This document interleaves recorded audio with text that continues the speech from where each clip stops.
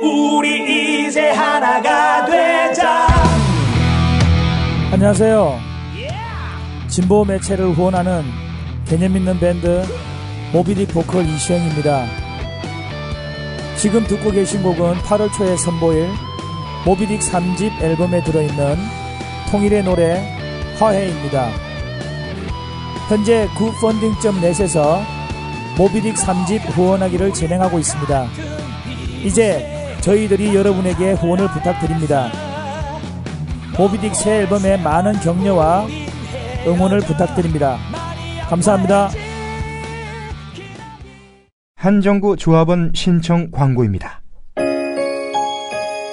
센스 있는 엄마들의 외출 필수품, 휴대용 여아 소변기 쉬아.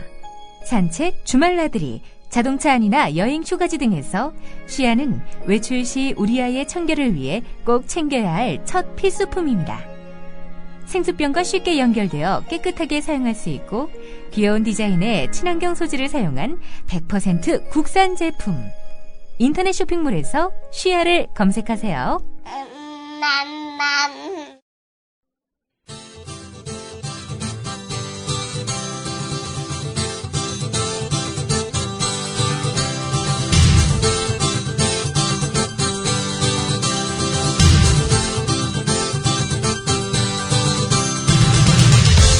투박하지만 정직하다.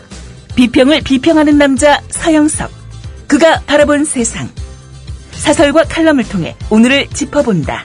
서영석의 라디오 비평.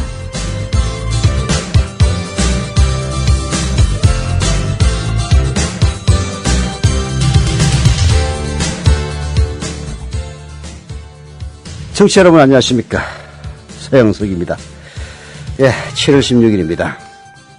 오늘 조간신문 보니까 아주 난리더군요. 야당의 막말을 비난하고 있었습니다. 지상파도 그랬다더군요. 지상파 TV는 제가 안 보니까 모르겠는데 진짜 적반하장도 유분수입니다. 정말 유분수죠. 조금 있다가 이 부분에 대해서는 제가 따로 말씀을 드리겠습니다. 서울시청 앞 지난 주말 집회에 이어서 계속 집회는 주중에도 이어지고 있습니다. 이런 이야기가 있습니다. 혼자 저항하면 문매를 맞습니다. 같이 저항하면 잔매를 맞는데 그칩니다. 그런데 모두 저항하면 때리던 사람이 몰매를 맞게 됩니다. 저항하지 않으면 맞는 게 습관이 됩니다. 저항하는 다른 사람을 혼자 내버려두면 정작 자신이 저항해야 될 때가 왔을 때 아무도 쳐다보지도 아무도 돕지를 않습니다. 같이 저항하는 것. 같이 저항하는 것. 그것이 이 어려운 사회를 살아가는 지혜 아닐까 하는 생각이 듭니다. 자, 7월 16일 라디오 비평 시작합니다. 함께하고 계신 방송은 정치평론가 서영석 미디어 협동조합 이사가 진행하는 라디오 비평입니다.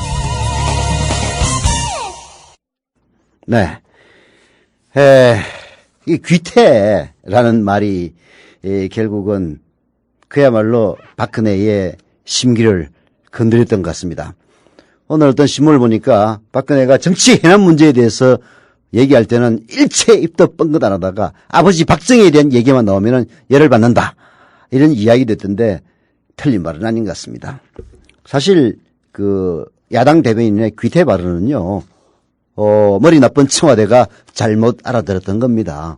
어제 곽병찬 칼럼을 보니까 귀태라는 것은 한국의 박정희 정권이나 일본의 기시 노부스케 정권을 지칭하는 말이 아니었어요.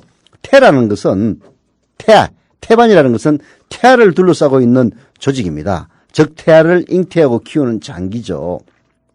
귀태의 출제인 기시 노부스케와 박정희에서 저자 강상준 교수는 박정희 정권의 국가주의와 개발 독재는 그가 장교로 복무했던 만주국에서 유래한 것이고 만주국의 이런 정신과 정책을 세운 것이 바로 기시 노부스케라고 말을 합니다.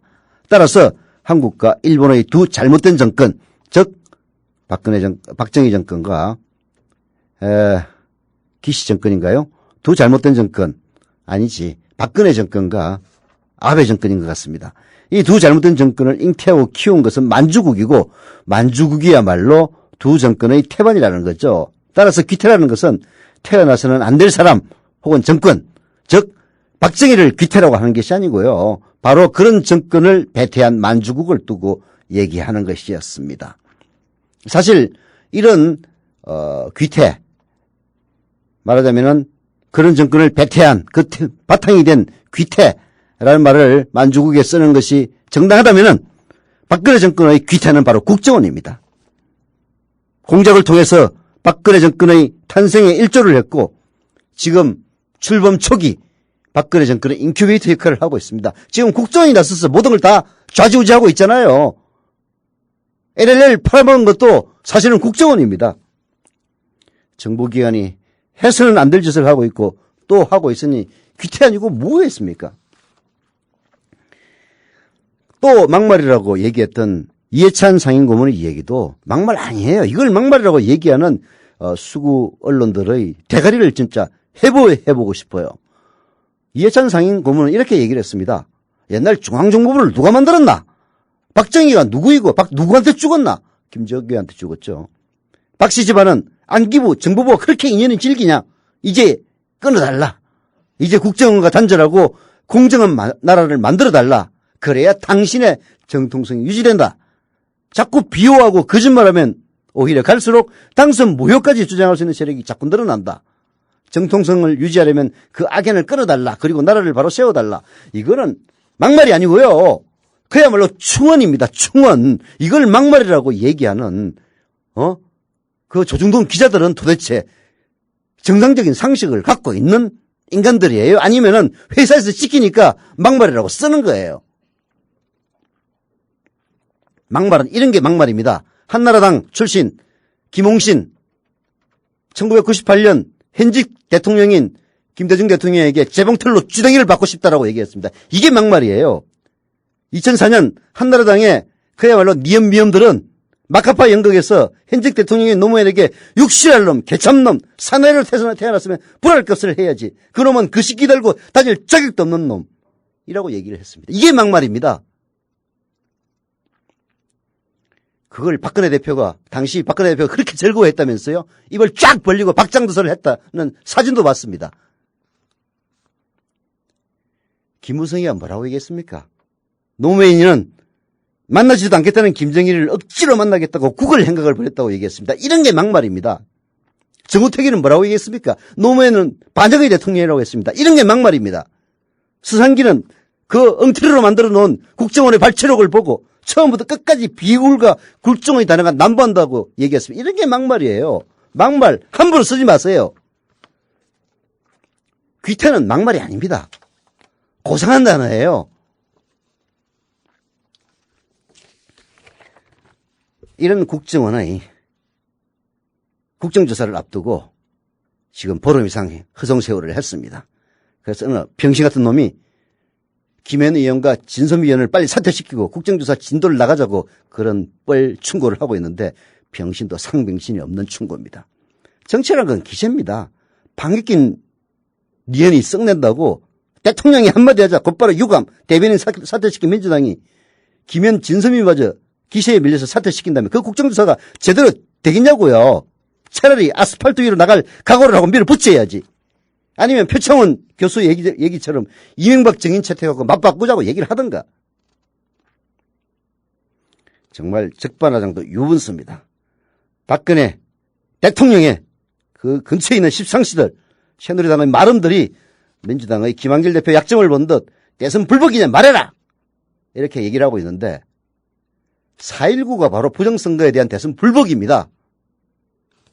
국정원이 대선 개입 부정선거를 했다는 그 증거들이 이미 나오고 있는데 그 덕에 당선된 박근혜 불복할 수도 있는 거지. 민주당은 뭐가 무서워서 그 얘기를 못하는 겁니까? 새누리당에 약점 잡힌 거라도 있어요? 이런 정도로 과격하게 얘기를 못한다면은 대선 불복 말해라! 이렇게 새누리당이 윽박 지르면은 점잖게 현재 집권 여당이 그런 말을 하다니 유감이다. 국조 결과가 나온 뒤 검찰 조사를 통한 결과와 함께 국민이 판단할 일이다.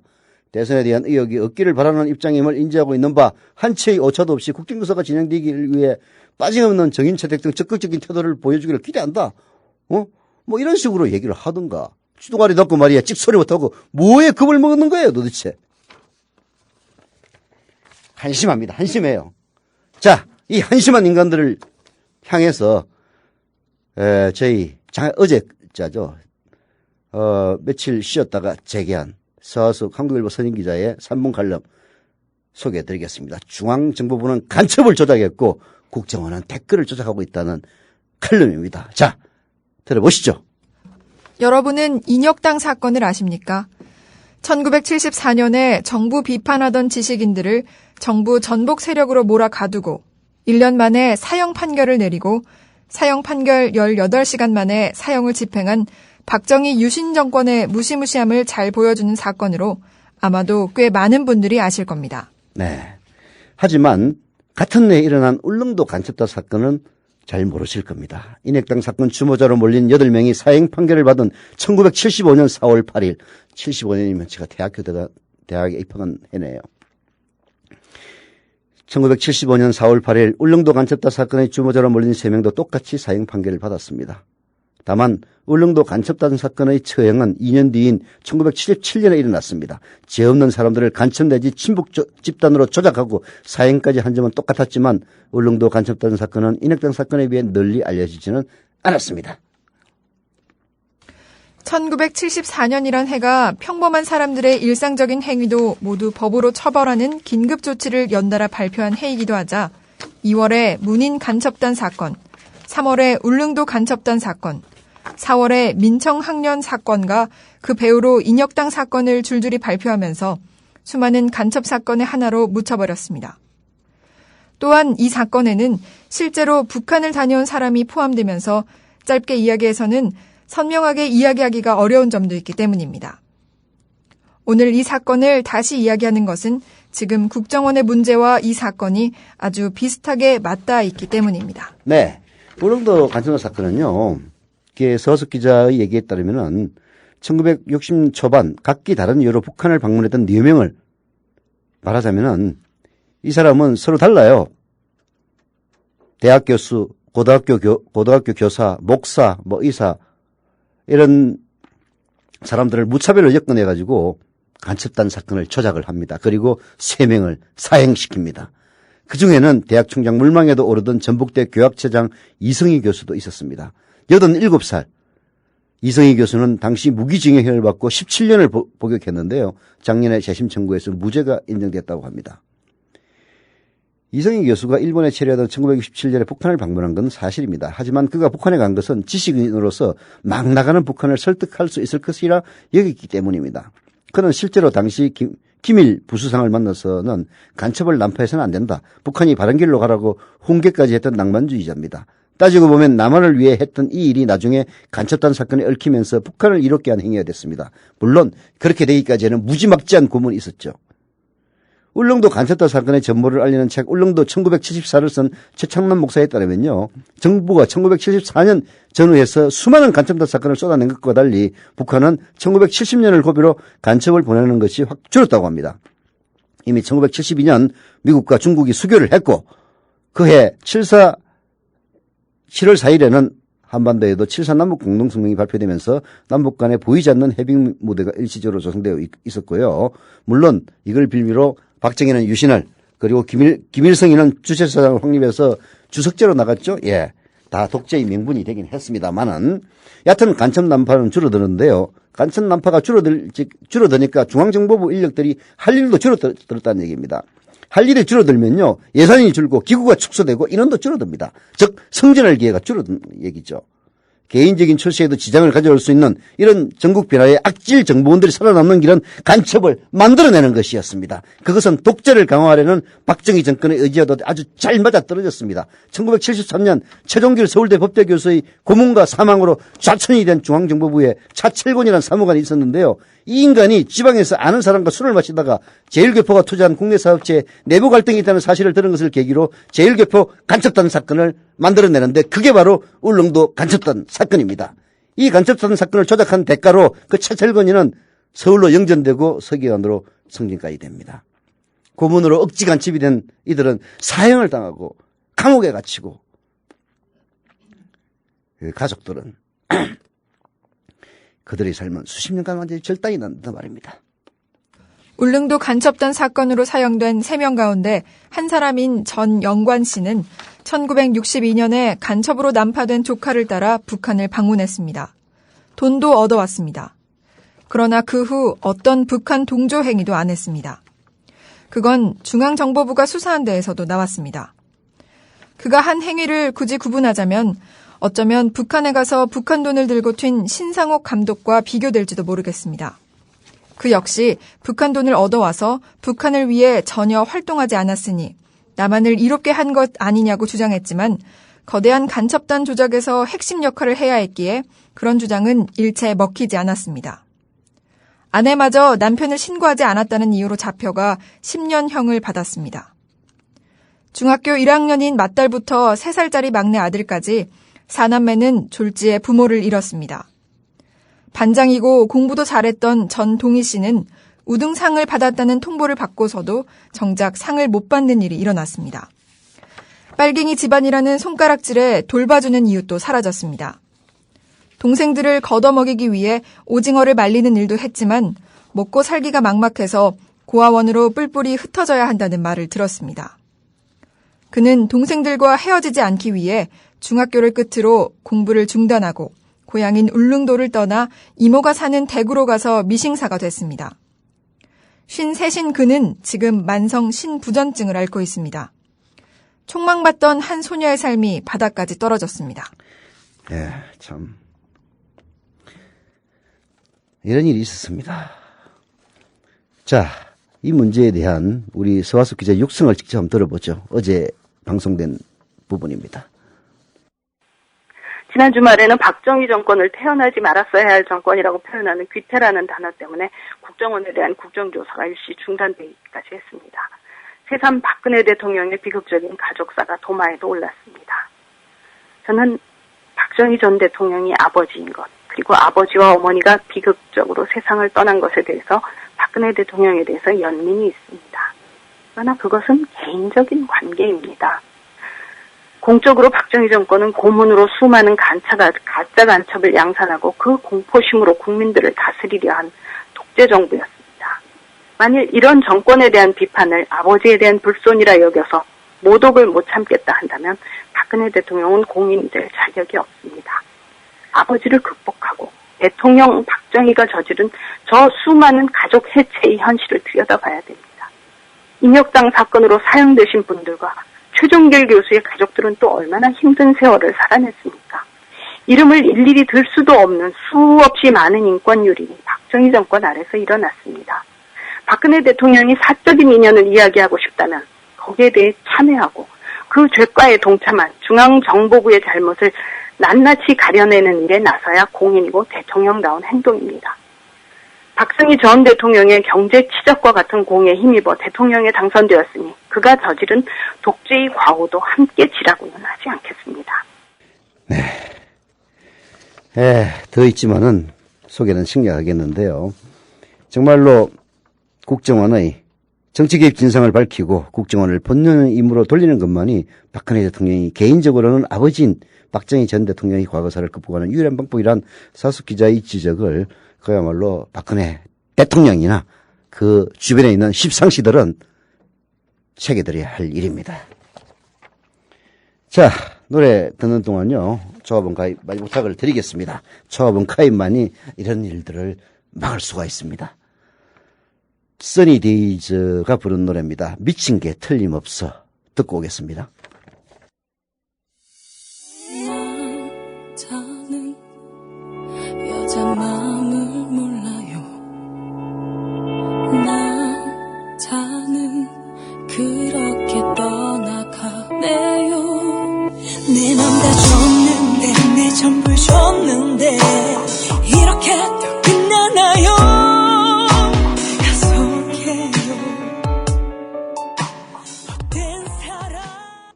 네.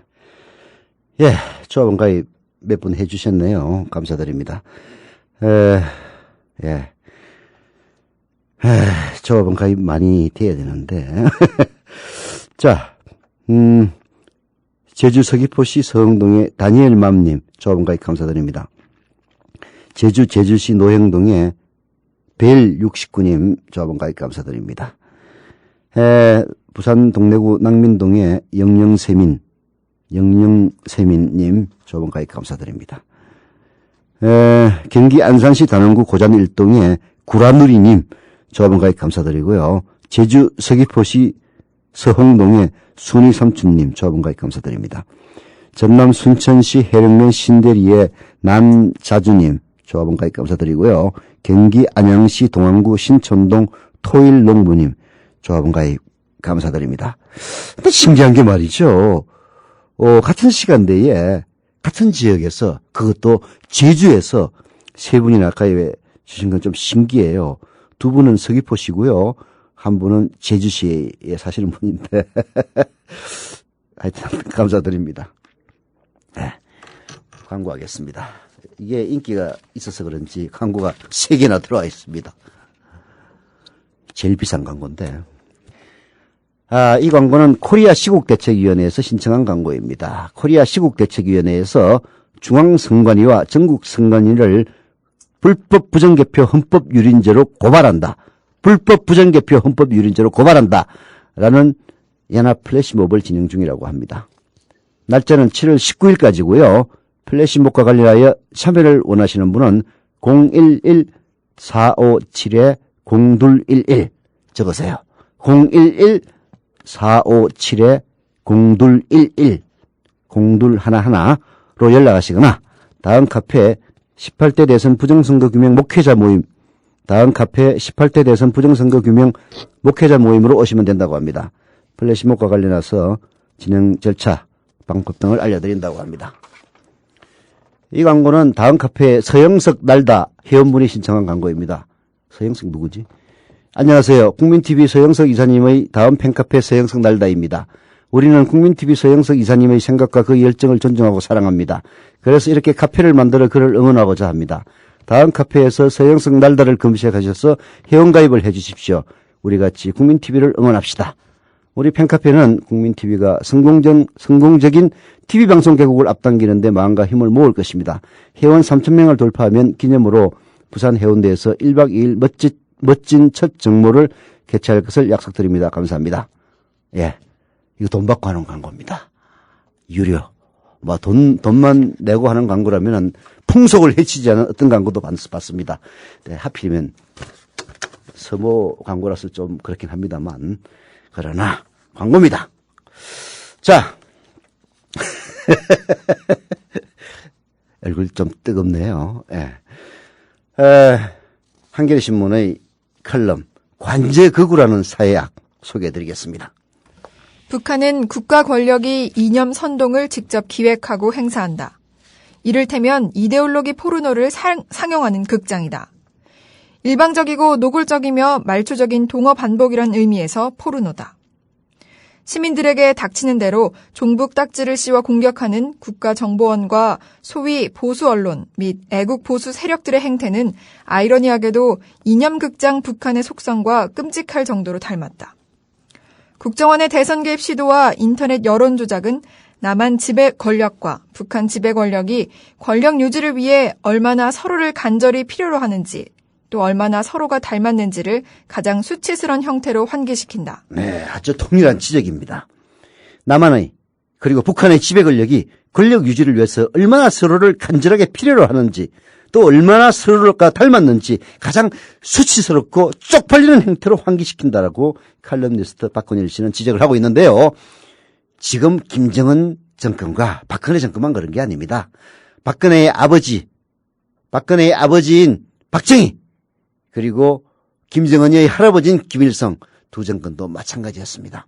1972년 7.4 남북공동성명을 발효시킨 이후 박정희는 유신을 선포해서 영구 독재의 길로 갔습니다. 물론 총 맞아 죽었지만 김일성 역시 공화주의 사회주의 헌법을 발효시키고 주석제를 확립해서 그야말로 1인 독재 체제를 굳힙니다. 그랬던 김일성 박정희와 그리고 지금의 국정원이 당선시킨 박근혜나 그리고 3대 세습을 하고 있는 김정은이나 다를 게 뭐가 있느냐. 서로가 서로를 간절히 필요로 하고 서로가 서로를 닮아 있고 이런 쪽팔리는 현실. 박근일 씨의 지적 아주 예리합니다. 각계각층의 시국 선언이 잇따르고 국정조사가 결정됐는데도 국정원은 당당했다. 원세훈 전 국정원장에게 구속영장이 발부된 날 국정원은 기습 성명을 발표해 노무현 대통령 NLL 발언은 휴전선 포기나 마찬가지라며 또다시 남북 정상회담 내용을 자의적으로 왜곡했다. 자체 태스크포스 팀을 꾸려 제2의 개혁을 하겠다고도 한다. 임기가 아직 4년 반이나 남은 박근혜 대통령은 스스로 개혁해야 한다고 말했다. 여전히 의회 다수당은 NLL 포기 논란을 주도한 새누리당이다. 저들의 결기와 오만이 어디서 나오는지 짐작할 만하다. 새누리당의 다수도 결국은 국정원이 만들어낸 것이 아니냐. 그런 의문이 지금 들고 있습니다. 이미 정통성 무너졌어요. 예? 정통성이 무너지면은 대선 불복할 수도 있는 거지. 뭐가 무서워서 그런 얘기 못하나. 4.19 혁명이 뭡니까?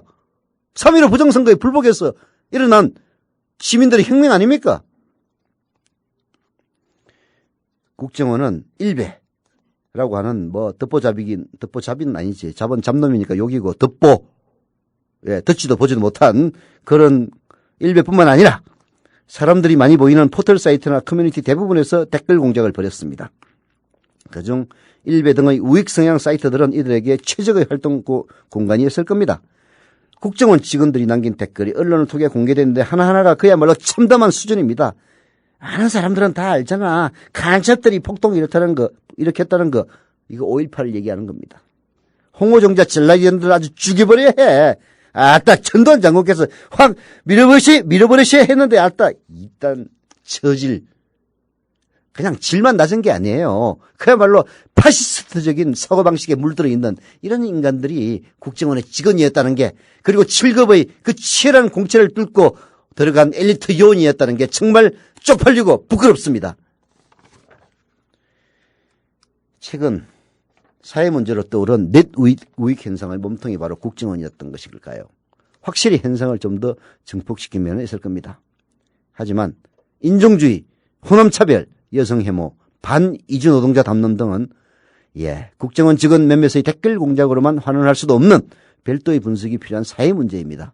시민들의 혐오 발언을 국가가 나서서 행사처벌하는 것은 표현의 자유라는 기본권을 흔들 수 있기에 아무리 신중해도 지나치지는 않습니다만,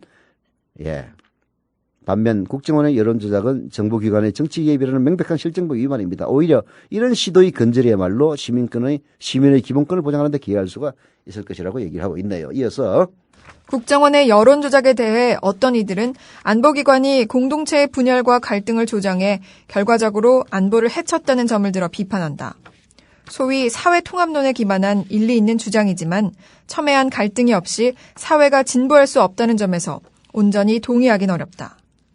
국가 권력이 이념전쟁의 형태로 여론에 개입할 경우 다양하게 분출하는 사회의 적대들 대신 특정한 갈등만 부각되고 약자의 목소리는 공론장에서 더 배제되기 쉽다. 요컨대 국정원이 나쁜 진짜 이유는 엄밀히 말해 갈등의 조장이라기보다 어떤 갈등의 특권화, 즉 갈등의 은폐다. 하여튼 무지하게 어렵게 얘기하고 있네요. 무슨 얘기인지 대충 알아들었을 것 같습니다. 뭐가 문제인지 그리고 무엇을 해야 하는지 명확해지고 있다. 중정, 안기부, 국정원으로 이어지는 대한민국 정부기관의 역사를 되짚어보면 이 조직이 외부의 공격으로부터 공동체의 안전을 도모하는 것보다는 권력자를 위해서 국민을 기만하고 탄압하는 기능에 충실했다는 점이 또렷이 드러난다. 국정원은 이미 괴물이다. 저들은 계획 대상이지 계획의 주체가 될 수가 없고 되어서도 안 된다. 정보 공개 관련법을 포함해 썩어 문드러진 조직에 대한 전면적이고 외과수술적인 계획이 필요하다. 국정원이 관제 극우파로 존재하는 한 관제 극우파죠. 대한민국 민주주의는 한 걸음도 앞으로 나갈 수 없다. 이렇게 얘기를 하고 있는데요. 자, 국정원을 스스로 계획하라고 한 사람은 바로 박근혜 대통령입니다. 박근혜 대통령이에요. 이렇게 아무리 천번 만번 얘기해봤자 소용없습니다. 어떻게 해야 되느냐? 주말 되면은 서울시청 광장에 나서 사람들이 10만 100만이 모여가지고 박근혜 대통령 국정원을 갖다가 스스로 계획하라고 하지 말고 외부에서 계획을 하시오라고 얘기를 해야 됩니다. 국정원 부정선거의 진상을 밝혀내야 됩니다. 그래야 그게 되는 거예요. 이런 이야기 박근혜 보고 스스로 반성하라고 반성할 것 같습니까? 절대 반성 안 합니다. 네. 이 간단한 논리를 모르고 있는 이유는 결국은 언론 장악 때문이죠. 뭐 조중동 장악한 거 아닙니다. 자발적으로 충성하는 거지. 과거에 박정희 전두환은 총칼로 유해버려서 할 수 없이 협조를 했는데 지금 극우 수구 언론들은 자발적으로 협조합니다. 다 이유가 있는 거죠. 예. 그러나 그들 때문이 아닙니다. 사실은 방송 장악이 가장 큰 원인입니다. 예.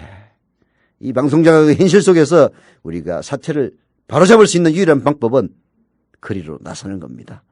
예. 거리로 나서서 시민의 힘으로, 깨어있는 시민들의 조직된 힘으로 박근혜 정권이 스스로 개혁하지 않으면 안 될 그러한 지경으로 몰고 가는 길 외에는 다른 방법이 없습니다. 노래 듣고 오겠습니다. VOS의 부디.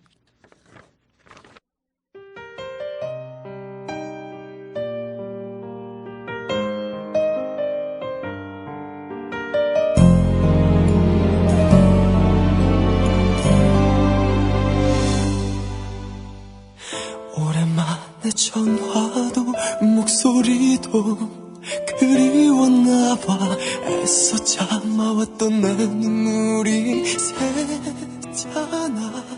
너만 모르던. 네, 부디였습니다.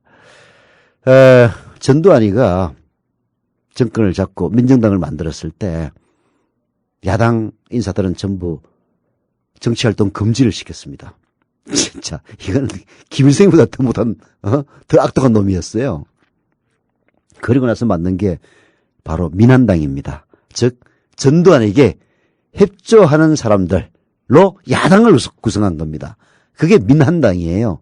그 민한당이 제2중대, 즉 민정당의 제2중대라는 얘기를 들었던 정당입니다. 지금 민주당이 김한길 대표 체제는요 마치 민한당 같습니다. 정신 차리세요.